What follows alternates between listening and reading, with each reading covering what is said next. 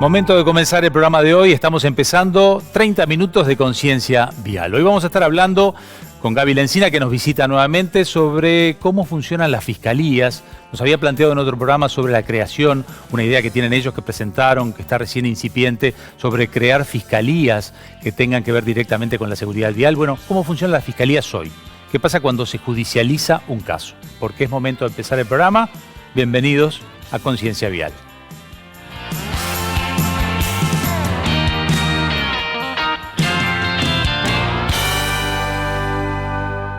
Presentan este programa empresas con responsabilidad vial. Automóvil Club del Uruguay. Mileto, piscinas, saunas y spas. Colonia Departamento, obra de todos. UNIT, un país de calidad. Banco de Seguros del Estado. En Uruguay nadie te da más seguridad. Corporación Vial del Uruguay y Ministerio de Transporte y Obras Públicas. Creando el mañana. UTE. Transformando con energía nuestro país.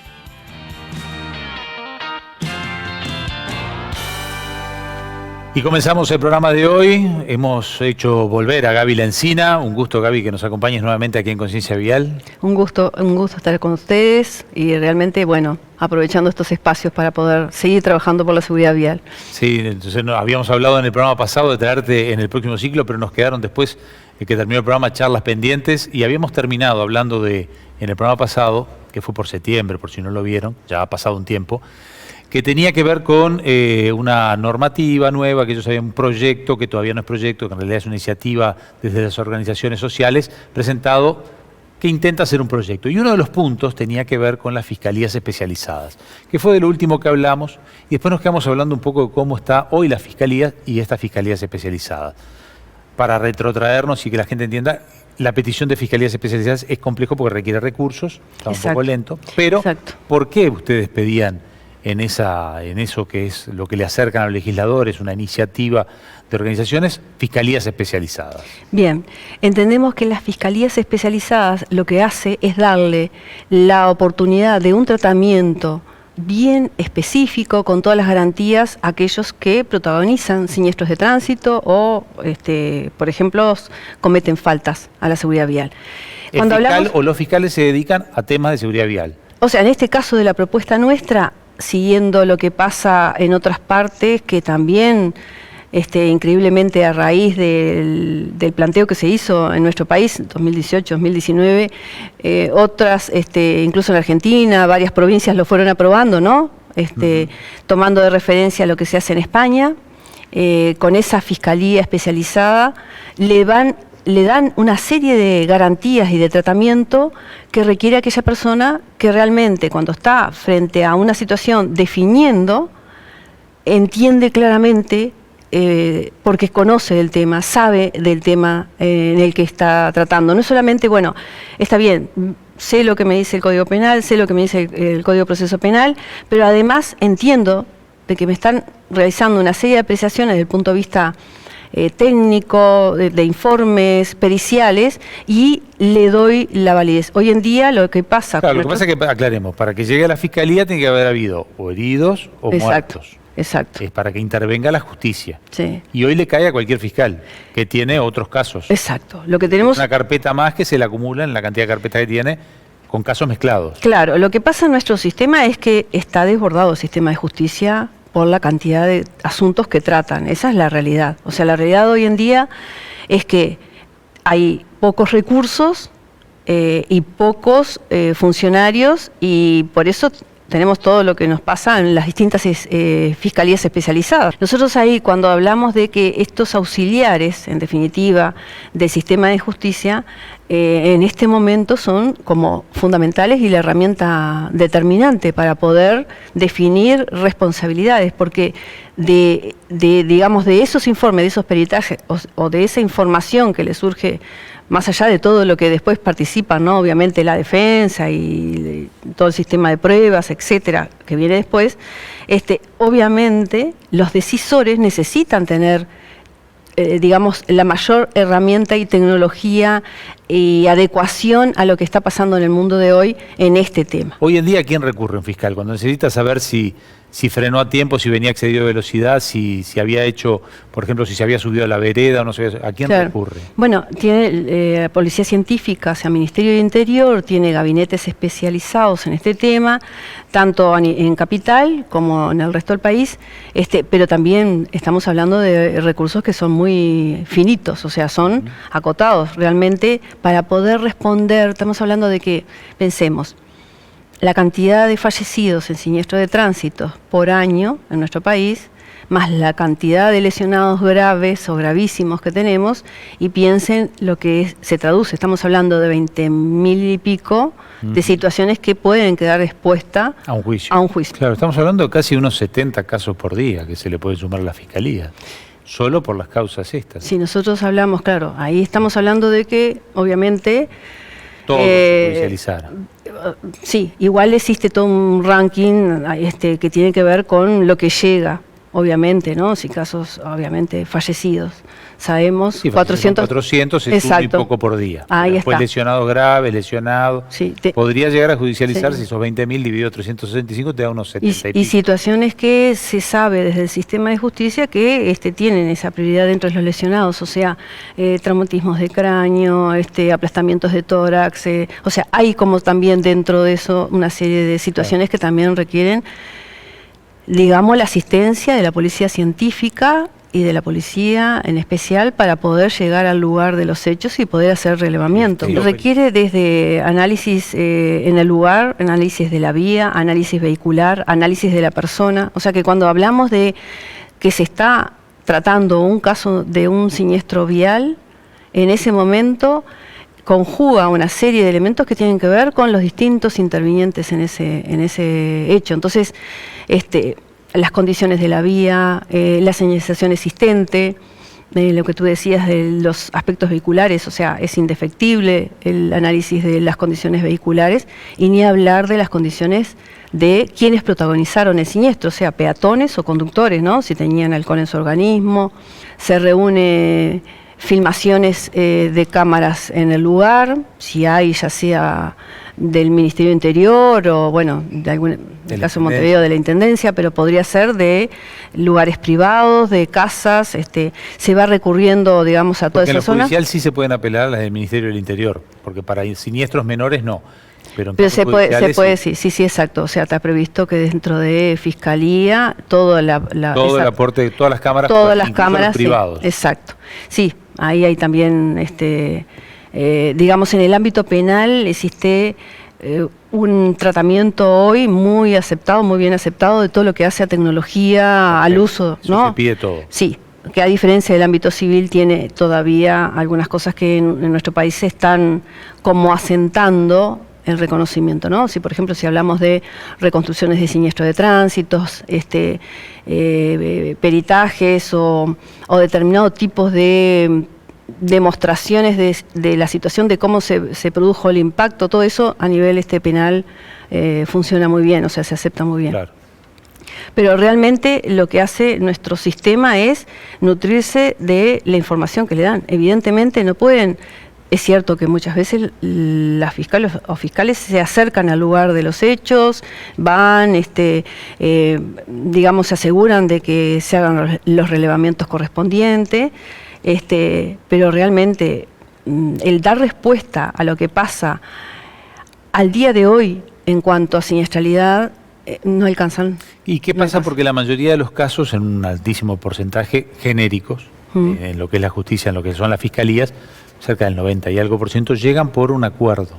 Exacto. Lo que es el juicio abreviado. 93%. 93, ¿no? Sí, de acuerdo a los informes de la Suprema Corte y de Fiscalía. Dentro de ese 93, las causas judicializables de siniestralidad también responden al 93%, es decir, que de cada 10 causas judiciales, 9 deben estar saliendo por juicio abreviado, es decir, gente que asume su culpa. Es lo que está pasando y eso es lo que informan las estadísticas, ¿no?, del sistema, tanto de Suprema Corte como de Fiscalía, de que se resuelven los asuntos mediante acuerdos en los cuales la persona, digamos en este caso, acepta la culpa, identifica su responsabilidad Y se por le lo otorga tanto, una pena menor. Exacto. En general el cambio es, usted Sí, acepta, exacto. yo le doy una pena menor. exacto. Y esas penas menores, en definitiva. Y esas penas están previstas desde, por ejemplo, bueno, en general se sigue con la asistencia una vez a la semana, por ejemplo, a la seccional policial, el no ausentarse del país, el, por ejemplo, bueno, inhabilitado para conducir.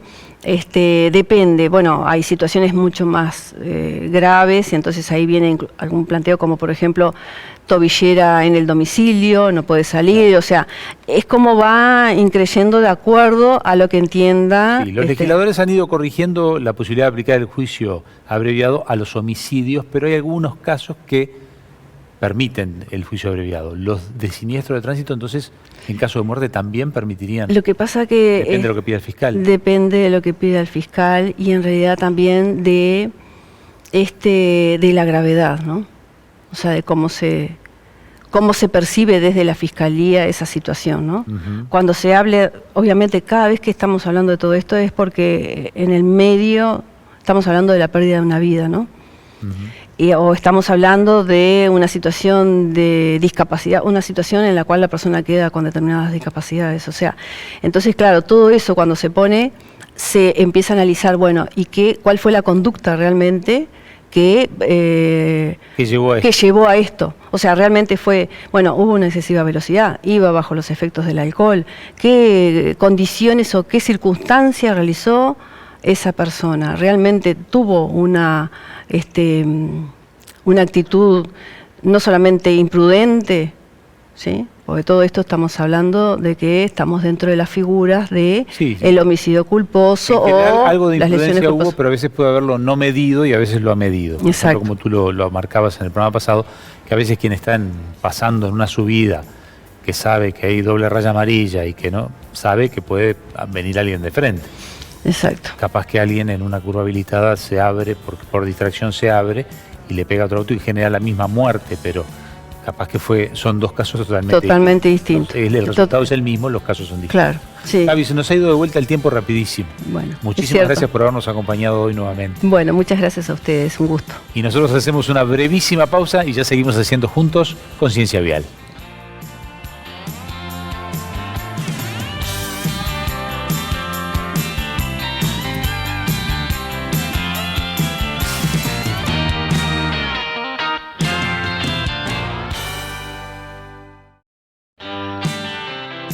Agradecemos a Demarco Sistemas de Almacenaje, Hotel Crystal Tower, Fabián Ciuto Intercoafer, Julio Selman con sus marcas Spencer Bryson, Camisa BV Cantoni y American Crew.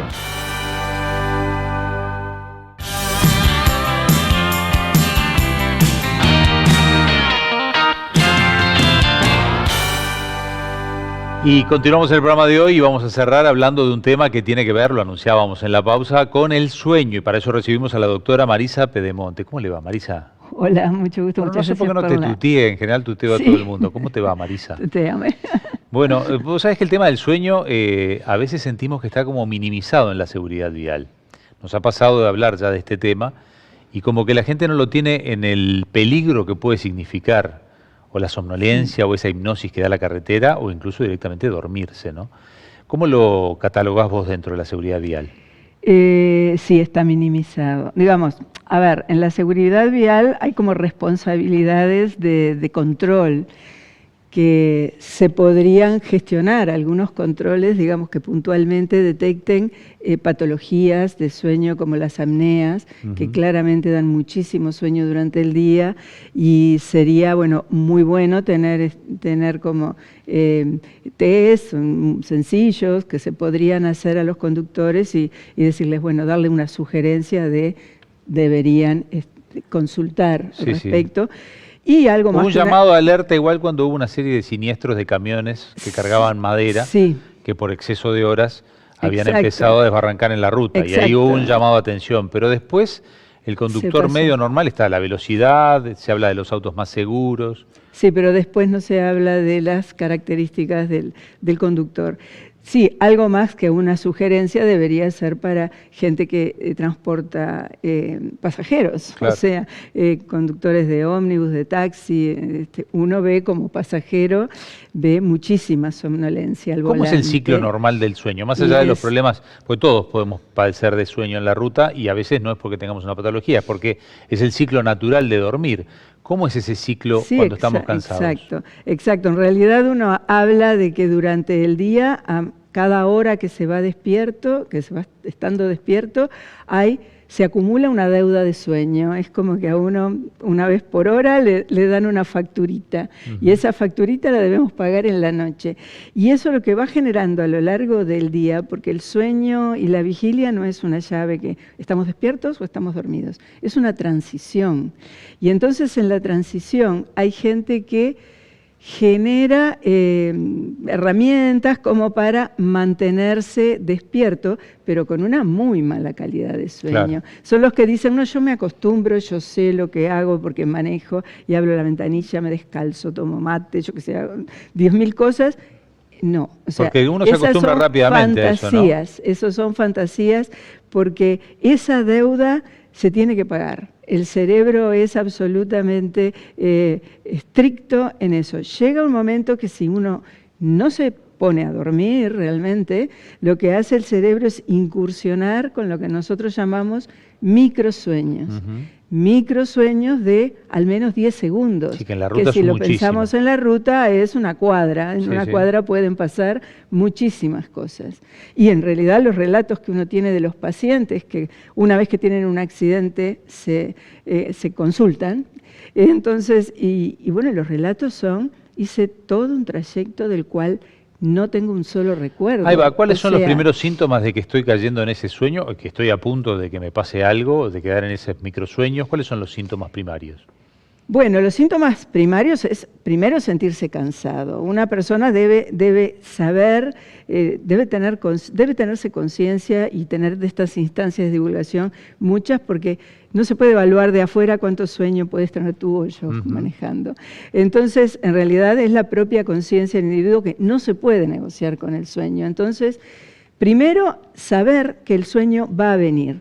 16 horas de vigilia es como ya un máximo donde después se está cansado y no habría nunca que programar trayectos de manejar largo. Claro, por ejemplo, el Carretera. clásico, me voy el viernes para aprovechar el sábado de mañana, si tuve una madrugada muy temprana. Si madrugué mucho, no. De ninguna manera. Capaz no. que un tirón a Punta del Este porque son 120 kilómetros, pero Sí, asalto no. Pero no, claro, y la típica de empezar las vacaciones, que uno siempre resalta mucho, y entonces cuando el último día de trabajo, en donde además del trabajo hay que llevar al perro a tal lado, ir a buscar la valija, o sea que es una locura, Sí, sí. y todavía salen a medianoche. Jamás, eso no se debe hacer, Claro. jamás. O sea, porque eso es tratar de negociar con algo que es innegociable, pues no se van a dar cuenta, pero porque van a Claro. tener microsueños. Que tampoco se compensa, por lo que te estoy entendiendo, con, bueno, pero me dormí una siestita de media hora, capaz que eso ayuda, pero me dormí una siestita de media hora, ya estoy. Claro, no se puede dormir digamos, no se pueden pagar deudas que uno Que todavía no, no claro. generó. Dormir no es una cosa del cerebro solamente, de la conciencia, es una cosa de todo el organismo. Claro. Entonces en la madrugada siempre hay una caída de presión arterial, una caída de respiración, una caída de temperatura, es decir, el cuerpo se acomoda para que estemos durmiendo, Claro. no para que estemos en carretera. Entonces, no se puede, eso no se lo puede negociar. ¿Y qué pasa con ese que dice, no, pero yo voy de acompañante y le voy hablando y yo voy ahí despierto igual? Sí, le puede ir claro, sí, teniendo un copiloto más o menos entusiasta, todo mejora, pero llega un momento que se duerme sí o sí. Digo, a mí me pasó en un taxi una vez que me acuerdo, se dormía la persona en cada semáforo y yo le hablaba y le hablaba. Y al final me bajé antes porque me dio tanto terror. Yo me acuerdo un día que estaban relatando un accidente de un auto y decían, no, pero fue un problema técnico porque no se ve la frenada en la carretera. Y yo dije, qué asunción tan Claro. gratuita. estaba dormido. El que se duerme no frena, se frena. despierta recién cuando está en la cuneta, Claro, cuando exacto. empieza a moverse el auto si distinto. tiene suerte a despertarse. Exacto. Bueno, hay ahora elementos de seguridad de los vehículos como el control de carril o incluso algunas carreteras que tienen Sí, el el lateral, el llamado despertador, pero eso es momentáneo. Sí, totalmente. Si nos porque despertó eso hay que parar. Sí, uno se da cuenta que eso lo alertó y que uno estaba somnoliento, por supuesto que hay que parar, porque ese despertar es mínimo, es segundos. ¿Y qué es ese después, parar? Porque igual esto va a seguir pasando. Va a haber gente que le va a pasar esto que estamos relatando y va a decir, está bien, a mí no me pasó, si algún día me pasó, ¿qué hago? ¿Qué significa tiene que parar? ¿Se pone en un lugar seguro? En un lugar seguro, salirse de la ruta, tomar los recaudos de seguridad en ese sentido y dormir. ¿Pero cuánto? Lo que duerma. Y dormirlo, en general, en esos sueños con 15 minutos, 20 minutos, alcanza bien como para tener otra tirada después. Grande, va a terminar pagando el cansancio grande. cuando llegue al lugar. Exacto. A la larga no se ahorra nunca nada de tiempo. Es bueno tener esa conciencia y se corre mucho riesgo. Pero sí, por lo menos reclinar el asiento, dormirse. Dormirse tranquilo, decir, voy a dormirme y voy a despertarme cuando... Que siempre en esa situación el despertar va a ser breve, en breve tiempo.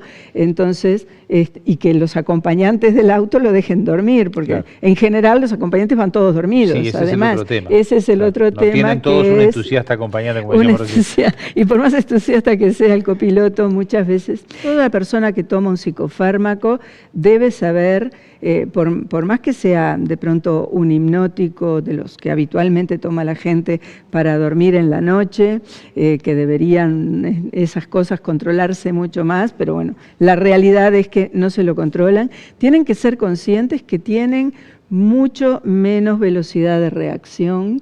Aunque estén despiertos, el que está tomando un psicofármaco va a tener menor velocidad de reacción frente a algo inesperado. Claro. Y las cosas inesperadas suceden mucho más en las ciudades que en las rutas. Alguien que se tira para cruzar cuando no le correspondía la luz, o un perro, o lo que sea. Están enlentecidos, eso es entonces, natural. Están enlentecidos, tienen más que no quiere decir que estén dormidos. No, estando despiertos tienen una velocidad de reacción y cuando no se toma psicofármacos, la velocidad de reacción a las 16 horas de estar despierta una persona... Bajan también. También bajan como si tuvieran una alcoholemia de 0.1, 0.2. Entonces, es decir, si bien el alcohol genera otros problemas de euforia de pronto, pero... Del punto de vista de la neurofisiología, digamos, de medir velocidades de reacción y eso, ya con el cansancio del día alcanza para disminuir las capacidades de reacción, de decisión. Uno en microsegundos decide muchas cosas cuando hay un evento inesperado en el trance. El que tiene sueño durante el día tiene alguna patología de sueño y tiene que consultar. O tiene una gran privación, que es una privación porque no le da la vida, digamos, estructuró entre su trabajo, su casa, yo qué sé, y no, tiene poca oportunidad de dormir. Pero salvo esa privación crónica de sueño, después es una patología, que puede ser no de cantidad de sueño, sino de calidad de sueño, como el paciente apneico, que se tiene que despertar todo el tiempo para respirar, entonces duerme un montón de horas y tiene sueño todo el día, porque nunca llega a la profundidad adecuada del sueño. Ese paciente, en realidad, yo cuando viene a la consulta un paciente que sospecho que tiene una apnea de sueño, le digo hasta que no se empiece a tratar, no conduzca más, porque en este momento pasamos a tener una responsabilidad mutua y que usted entendió, porque siempre les explico muy bien la cantidad de accidentes. Sí, porque cuando haya tenido 8 horas de sueño no durmió 8 horas. No, para nada, no, y hace años que no duerme con la calidad y la profundidad que debería. Entonces eso se les explica porque en realidad nadie quiere ni morirse ni terminar lesionado, invalidado. Entonces esa explicación se la doy a todos los pacientes para que no conduzcan más porque es un riesgo realmente importante. Marisa, un gustazo, realmente un tema apasionante y yo mucho creo que para hacer. Hay mucho para hacer. Mucho para hacer. Gracias por hoy y gracias a ustedes también porque estamos terminando el programa de hoy. Como siempre hacemos, ya los estamos invitando para nuestro próximo encuentro. Ya saben que una vez por semana estamos los domingos aquí en Canal 5 y si no en nuestra repetición entre semana. Hasta entonces, recuerden que la seguridad en el tránsito, como les decimos siempre, es responsabilidad de todos. Nos encontramos en el próximo Conciencia Vial.